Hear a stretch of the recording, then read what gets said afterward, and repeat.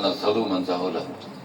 আল্লাহ পাক আসমান জমিন পাহাড় পর্বত ওই সময় জিন ফেরেশতা ইনসানের রূহকে ডাক দিয়ে সব আল্লাহ প্রস্তাব দিলেন যে আমি তোমাদেরকে একটা আমানত দেবো, ইন্না আরাদনাল আমানাতা, একটা আমানত দেবো। এই আমানতটা যদি কেউ গ্রহণ করে রক্ষা করতে পারবে হবে সৃষ্টির সেরা আশরাফুল মাখলুক।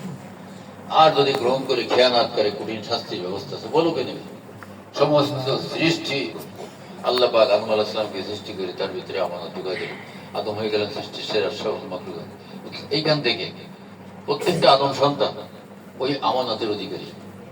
যখন সে দুনিয়াতে আসে আল্লাহ পাক থেকে আমানত দিয়ে জমিয়ে পাঠান। فأقم وجهك للدين حنيفا فطرة الله التي فطر الناس عليها لا تبدل لخلق الله ذلك دين قيم ولكن أكثر الناس لا يعلمون সূরা 29 নম্বরে এখানে আল্লাহ বলতেছেন প্রত্যেকটা মানুষ সন্তানকে আমি আমার সিফাত, আমি আমার গুণ, সিফাতের নূর দিয়ে তাকে নূরান্বিত করে জমিয়ে পাঠাই। তাহলে সিফাত দান করা হয়েছে কিন্তু আসমানে, কাকে? নফসের উপরে।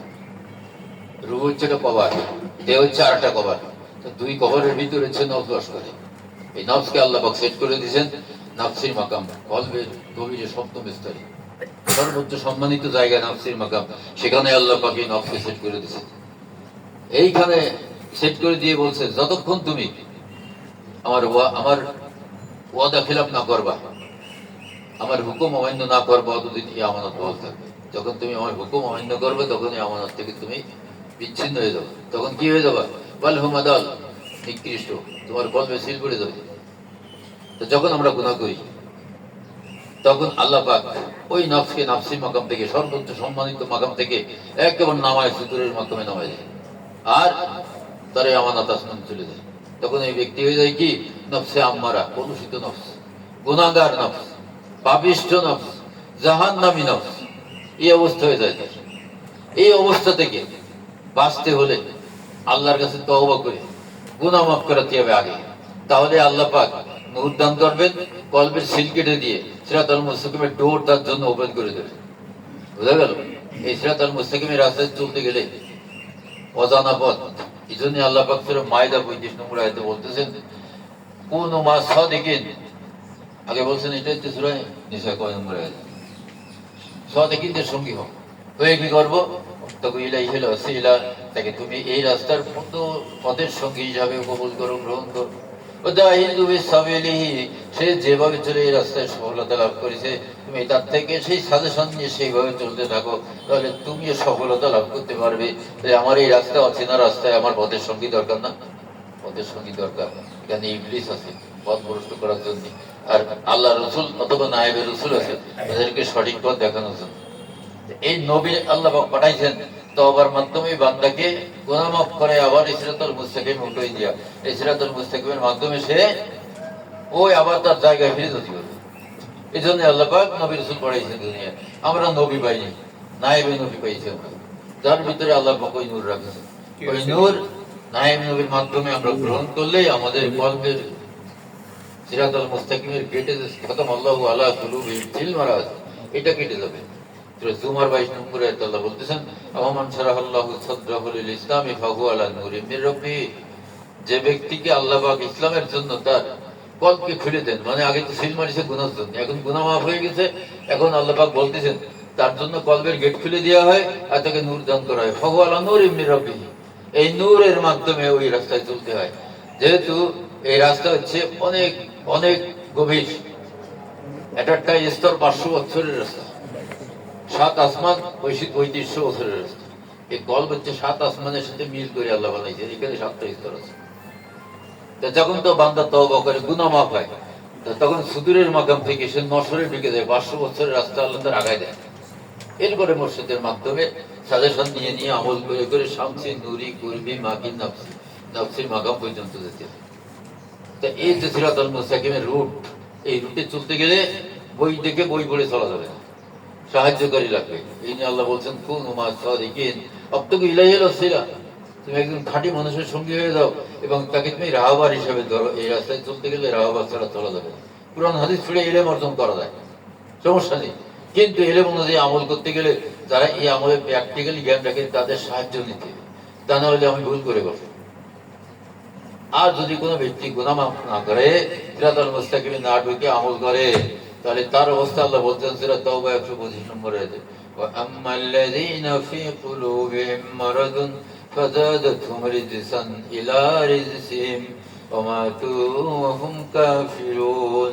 যে ব্যক্তির কল্প অপবিত্র, অসুস্থ, যে ব্যক্তির কল্পে এখনো সিল মারা, যে ব্যক্তির কল্পে জিকির জারি হয়নি, কল্প মুর্দা, ওই ব্যক্তি যত নেক আমল করবে সমস্ত নেক আমলগুলো গুনাহে পরিণত হবে। আরে এই অবস্থায় সে যদি মারা যায়, ও মাতু ওয়া হুম কাফিরুন, কাফির অবস্থা মৃত্যুবরণ করবে। তাহলে এত বড় সমস্যা, এত বড় কঠিন সমস্যার থেকে বাঁচানোর জন্য আল্লাহ পাক নবী রাসূল দুনিয়ায় পাঠাইছেন। তাদের মাধ্যমে তওবা করে, তাকে সাক্ষী রেখে তওবা করে সাহাবারা সিরাতুল মুস্তাকিম হয়ে গেছেন। আমরা ওলিয়া মুর্শিদের মাধ্যমে তওবা করে গুনাহ মাফ করাই ওই কলবের সিল আল্লাহ যখন কেটে দিয়েছেন, তখন আমি নূর প্রাপ্ত হয়েছি, আমার কলবে জিকির চালু হয়ে গেছে। তার কলবে জিকির চালু হয় নাই, তার কলব কি ওয়াইলুল লিল কাসিয়াতি কুলুবুহুম মিন যিকরিল্লাহ, এখনো যার কলবে জিকির চালু হয় নাই, যার কলবে এখনো কঠিন, যার কলবে এখনো সিল মারা, উলাইকা ফি দালালিন মুবিন, ওরা তো স্পষ্ট পথভ্রষ্ট ভিতরে আছে। আর তাদের সমস্ত নেক আমলের দিক দিয়ে তারা ক্ষতিগ্রস্ত হয়ে যাচ্ছে। ফাওয়াইলু, তারা ক্ষতিগ্রস্ত। কাসিয়াতি কুলুবুহুম মিন যিকরিল্লাহ, যার কলবে জিকির জারি হয় নাই, যার কলবে এখনো সিল মারা, উলাইকা ফি দালালিন মুবিন, ওরা স্পষ্ট পথভ্রষ্ট। বেশি ওয়াজ লাগে না, এই দুইটা তিনটা আয়াত যদি মানুষ খেয়াল করে শুনে বোঝে, চিন্তা করে, তাহলে হিদায়াতের রাস্তা সে অটো পেয়ে যাবে। কি বলেন? আল্লাহর নবী যদি দুনিয়ায় না আসতেন, তাহলে আমরা কি গুনাহ মাফের রাস্তা পাইতাম?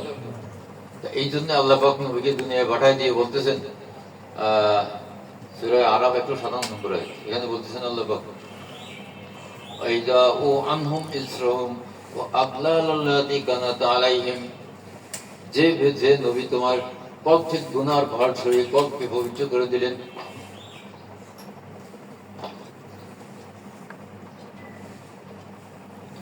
কল্পে আমরা গুনার পাহাড় অর্জন করেছি, এই গুনার পাহাড় সরিয়ে দিলেন নবী তাওয়াজ্জুহ দিয়ে, গুনার পাহাড় মিলে গেল, কল্প হয়ে গেল পবিত্র। এই পবিত্র কল্পে আল্লাহর নবীর মাধ্যমে আমাদের নূর আসবে, আমরা পাবো মুর্শিদের মাধ্যমে। নবীর কাজ আর মুর্শিদের কাজ একই। তা যখন আল্লাহ পাক তার গুনাহ মাফ করবেন, তাকে নূর দান করবেন। এই নূর যে দিয়েছেন আল্লাহ পাক, ওই পরের আয়াতে বলতেছেন, ফাল্লাযীনা আমানু বিহি, ওই যে নবী তোমাদের গুনার পাহাড় সরিয়ে কল্পে পবিত্র করে দিলেন। তোমরা ছিলে দুনিয়ামুখী, নফসের মুখী, তোমাদেরকে দুনিয়ার মুখ থেকে, নফসে আমার মুখ থেকে ফিরিয়ে যে নবী আল্লাহর সঙ্গে সম্পর্ক করে দিলেন। এত বড় উপকার যে নবী করলেন, ওই নবীর উপরে তোমরা আস্থা আনো। বিশ্বাস যখন গাঢ় হয় তখন আস্থায় রূপ নেয়। দেখা যাচ্ছে যে কামাল ভাই গেছে, এখানে সলিমুদ্দিন 10টা টাকা চাইছে, ভাই আমি পরে দিব। মানে দেখা যায় কথা দিয়ে কথা রাখে, কথা ঠিক নেই, তা উনি গড়ি মিশি করতেছে। কি কামাল ভাই 10 টাকা দিয়ে দেয় না, তাহলে দিয়ে দেয়, সেও দেবে না, সে না, ওনার তো কথা সেরকম ঠিক নেই, বললে কি হয়? তো এই যে বিশ্বাস কিন্তু আস্থায় পরিণত হয়ে যায়। আস্থা আসলে কিন্তু 10 টাকা তার সাথে আর লাগবে দিয়ে দিতে, আস্থা আসে নাই বলে তার সঙ্গে কিন্তু গড়ি মিশি করতেছে। তা ওই নবী, যে নবী উপকার করলেন আমাদের, তার উপর আমাদের আস্থা আনতে হবে। তারপরে কি করতে হবে? তার সাহায্য সঙ্গ লাভ করতে হবে, সৌবাদ নিতে হবে। আমরা যেখানে সৌবাদ পাইছি, তারপরে তাকে সাহায্য সহযোগিতা করতে হবে দিনের ব্যাপারে। আর নাজিলকৃত নূর যা নবীর সঙ্গে আছে, ওই নূরকে গ্রহণ করো, ওই নূরের অনুসরণ করো, ওই নূর তোমাকে কাঙ্ক্ষিত লক্ষ্যে পৌঁছে দেবে। আল্লাযীনা আমানু বিহি ওয়াজ্জারহু নাসারু ওয়াত্তাবাউ নূরাল্লাযী উনজিলা মাআহু ওয়াত্তাবাউ নূর, ওই নূরের অনুসরণ করো। আল্লাযী উনজিলা, যা নাজিলকৃত, মাআহু, যা নবীর সঙ্গে আছে। এটা তাফসীর করেছেন ওলিউল্লাহ আশিকি। নাজিলকৃত নূর যাহা কিনা কোরআনে পাক। তুমি একজন কাদের তরিকার শায়েখ, উনি এই কথা বললে মানায়? কোথায় নিয়ে গেল? এই হচ্ছে তাসাউফের ব্যাপার। তাসাউফ এমন সূক্ষ্ম জিনিস, চুলের মতো ভাগ, সোজাগিরি সঠিক রাস্তা, এক চুল বেগাইছে কেউ অন্যদিকে চলে গেছে। তা এরকম কোরআন, হাকিকতে কোরআনের মাকামে না যাওয়া পর্যন্ত এই যে ভেদ, এগুলো আল্লাহ খোলেন না তার সামনে।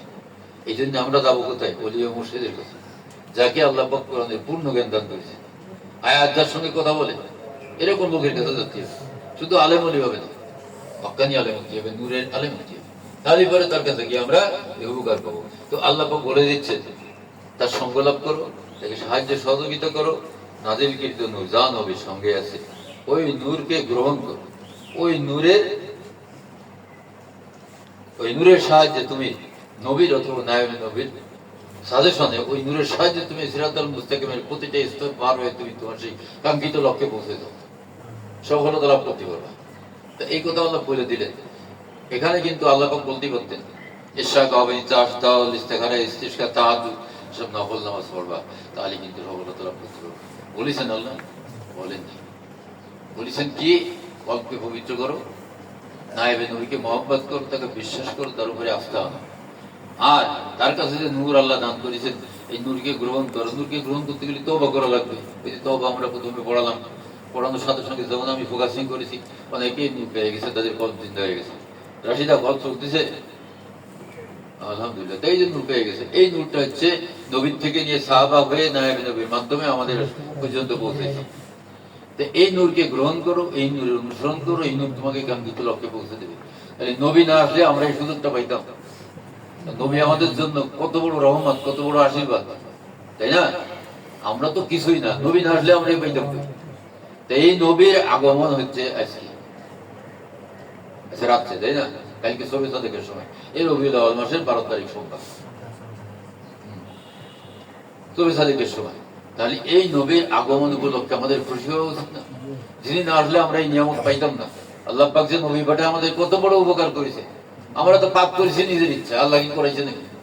নিজের ইচ্ছে পাপ করেছি। জামায় দাগ লাগাইছি আমি, দাগ তো আমি উঠে কি করবো না, মেডিসিন লাগে, তাহলে তুফান দোকানে নিয়ে আসতে হবে, মেডিসিন মেরে দাগ উঠে দেবে। এইরকম কলমের গুনার পাহাড়কে সরানোর ক্ষমতা আল্লাহ নবীকে দিয়েছে। নবীর মাধ্যমে নায়েবে নবী পেয়েছে। এই জন্য সেখানে গিয়ে তওবা করলে গুনার পাহাড় পরিষ্কার হয়ে কল পবিত্র হয়ে কলবে নূর বসে যায়, তখন কলবে জিকির জারি হয়। এর মানে হচ্ছে পিছনের গুনাহ মাফ। একে বলে মুবাশশিরা, আযাব 5 নম্বর আয়াত, শাহিদা মুবাশশিরা ওয়া নাযীরা। এই তওবা সাক্ষী, এই মুবাশশিরা যাকে আল্লাহ মাফ করে দিয়েছে, তাকে সুসংবাদ দেখানো, তাকে বুঝাই দেয়া যে আল্লাহ তোমাকে মাফ করেছেন। এই যে তোমার কলবে হয়েছে, কলবে জিকির আসছে, নূর আসছে, এখন এখানে কোনো গুনার কালি নাই। এখন যত আমল করবে তার এই নূর বাড়তে থাকবে। ফামাল্লাযিনা আমানু ফাযাদাতুহুম ঈমান, সূরা তাওবা 24 নম্বর আয়াত। এই ঈমানের নূর যে পাইছে, তার কলব জিন্দা হইছে, পবিত্র হইছে, যখন আমল করবে আল্লাহ পাক আসমান থেকে আমলের নেকি দান করবেন, বান্দা বুঝতে পারবে, খুশি হবে। যখন দাঁড়ায় তৌহিদ দিয়েছে, তারা যখন কলমে জিকিরে খেয়ালে পড়ে, কিন্তু জিকির শুধু বাড়তেই থাকে, বাড়তেই থাকে। তখন যে দুরূদ পড়ে, বাড়তেই থাকে, বাড়তেই থাকে। তখন যে কুরআন তেলাওয়াত করে, বাড়তেই থাকে, বাড়তেই থাকে। এই যে নিয়ামত, এই নূরের মাধ্যমে। নবী না আসলে আমরা নূর পাইতাম। আর আল্লাহর নবী যে নূর নিয়ে আসছেন, কিতাব নিয়ে আসছেন, এই দুইটা বিষয় আমাদের বুঝতে হবে। এই নূরটা হচ্ছে নূরুল হুদা, হেদায়েতের নূর, যে নূর পথ দেখায়। আর কোরআন হচ্ছে সাজেশনের বই। এখানে সাজেশন দিয়ে আছে নূরকে কিভাবে ব্যবহার করে আমরা সঠিক রাস্তায় চলবো। কথা বোঝা গেল? তাহলে এখন নবীকে যেরকম মহব্বত করতাম, নায়েবে নবীকে ওরকম মহব্বত করতে হবে, যার মাধ্যমে আমার পিছনের জীবনের গুনাহ মাফ হয়ে গেল। তাকে সাহায্য সহযোগিতা করতে হবে দিনের ব্যাপারে। এই যে আমরা তাবরক বানাইছি, খরচ আছে না? এখন 15,000 টাকাও তো জায়গা খরচ করতে পারে। এই জন্য আমরা সবাই যারা বুঝি যে সামর্থ্য আছে, আমরা এখানে সাহায্য সহযোগিতা করবো দিনের ব্যাপারে। হুজুর চাইলেও হবে না, আমি হাতিয়া নেই না, যদি কেউ দিয়ে আমি ওখানে দিই। তার কারণ প্রত্যেক সপ্তাহে তাবরক করা লাগে, মাসিক তাবরকে বেশ করে করা লাগে। আর একটা মাহফিল আছে গ্রামের বাড়ি, ওখানে আমরা এখানে মুরগি সে গরু তেহারি বানাইছি, ওইখানে অন্তত মুরগি খিচুড়ি তো দিয়ে হয়, তাই না? মেলা টাকার ব্যাপার, এখানে 200-র মতো লোক। এই যে জিনিসগুলো, এগুলোর ব্যাপারে আমরা যারা তরিকাভুক্ত হয়েছি তারা খেয়াল রাখবো। এটা আমাদের আল্লাহর নির্দেশ, আমাদের আমাদের ভিতরে অনাসারহু, তাকে সাহায্য সহযোগিতা করো। কোরআনের আয়াত, আল্লাহ নির্দেশ দিয়ে দিয়েছে। তাহলে আমাদের জন্য এটা কি হয়েছে? ইবাদত হয়ে গেছে না? আল্লাহর নির্দেশ যখন, এখানে দ্বীনের কাজে সহযোগিতা করা আল্লাহর নির্দেশ, এটা আমাদের জন্য ইবাদত হয়ে গেছে। আত্তাবা নূরুল্লাযী উনজিলা মাআহু, নাযিলকৃত নূর, যার নবীর সঙ্গে আছে, এটা গ্রহণ করে ওই নূরের অনুসরণ করো। আল্লাহ পাক বলে দিয়েছেন নূর গ্রহণ করতে হবে, অনুসরণ করতে হবে নূরের, নায়েবে নবীর সাজেশনে। এটা আমাদের জন্য এখন ইবাদত হয়ে গেছে, যেহেতু আল্লাহ পাক কোরআনে নির্দেশ দিয়েছেন। কথা বোঝা গেল? সময় কম, আর তো পড়ানো যায় না, বেলা টাইম হয়ে গেছে, জীবন আমাদের দিন। আমরা শুনলাম, বুঝার তৌফিক দেন আল্লাহ। এই কথা শেষ নেই, যেটা ধর্ম বিরোধী থাকবে। এখানে কিতাবই কিন্তু না, আমরা একটা অফিক্সের উপরে আলোচনা করবো। নামাজ কি হলে হবে, রোজা কি হলে হবে, যাকাত কি হলে হবে, এদের উপকারিতা কি, এগুলো বিষয়ে বিস্তারিত আলোচনা আছে। তো এই মাহফিলে একদিন সম্ভব। এই জন্যে আল্লাহ নবীর আগমন খুশির দিন, সেই হিসেবে আমরা মাহফিল করলাম। আল্লাহ পাক আমাদের মাহফিলকে কবুল করুন। আল্লাহর নবীর মোহাব্বত আমাদের অন্তরে দেন। আর আল্লাহর নবী আজকে মিলাদের প্রথম দিকে থানায় ঢুকিনি তো, আমি মিলাদ করছি মদিনার খেয়াল, ওইখান থেকে মহাব্বতের ফোকাস মারতেছে, আমি তো ধারণ করতে পারছি না, গলা আটকে যাচ্ছে। তারপরে আমি নদীর থানায় ঢুকেছি, থানায় ঢুকলে চাপড়াই গেছি। এখন যার ফয়েজ তার উপরে, আমার সমস্যা নেই, তো জায়গা ভুল হয়ে গেছে। ভুল হয়ে যাওয়ার পরে আমি যখন ঢুকে গেছি তখন ঠিক হয়ে গেছে। এখন তার ফয়েজ তার উপরে, আমার তো আর কোনো সমস্যা নেই, গাড়ি উঠে উঠছে। এই যে নিয়ামত মদিনা জামাতে এগুলো বোঝা যায়, একেবারে বাস্তবভাবে বোঝা যায়। আল্লাহ পাক আমাদেরকে তৌফিক দেন, কথাগুলো শুনেছি বোঝার তৌফিক দেন, আমল করার তৌফিক দেন, আমল আল্লাহর কাছে গ্রহণযোগ্য সেই তৌফিক